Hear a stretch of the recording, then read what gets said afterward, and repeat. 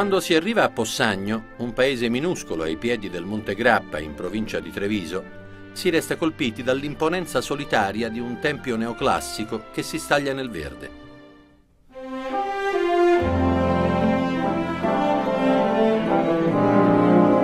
È una chiesa di un tempo a noi vicino, ma sono chiari i riferimenti all'antico, al Partenone di Atene nel colonnato dorico e al Pantheon di Roma nel corpo centrale. È la sintesi dell'ispirazione artistica di Antonio Canova, grandissimo scultore, genio assoluto del neoclassicismo.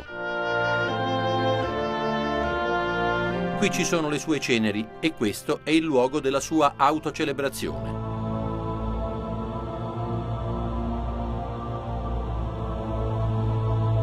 La sorpresa ed anche un po' il mistero si sciolgono come neve al sole quando nell'abitato di Possagno si apre un piccolo portone sovrastato da un'insegna che si fa largo a fatica tra le finestre. È la casa natale di Antonio Canova.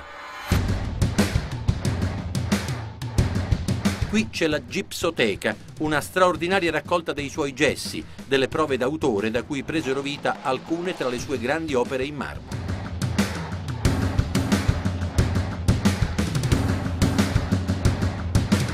È una visita, quella alla Gipsoteca di Canova, che lascia il segno negli occhi e nel cuore. A Possagno c'è questa Gipsoteca, costruita nel 1836 dal fratello di Antonio Canova, che conserva tutti i modelli in gesso che vi sono esposti, che si trovavano nello studio romano, e il visitatore ha modo di confrontarsi con i grandi capolavori che sono distribuiti nei più importanti musei del mondo.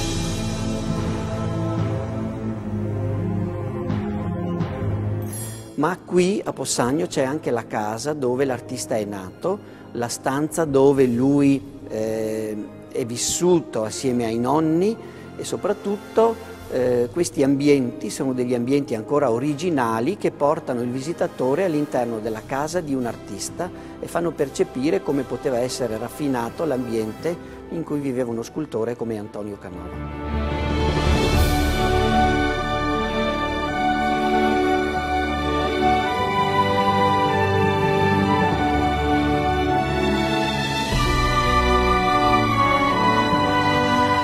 Qui alla Gipsoteca di Possagno si risvela il mistero della creatività artistica. Ci aiuta forse la più affascinante tra le creazioni di Canova, che troviamo alla Galleria Borghese di Roma. A Paolina, la sorella di Napoleone, chiesero se davvero avesse posato nuda per Canova. Ella rispose semplicemente che l'ambiente era ben riscaldato.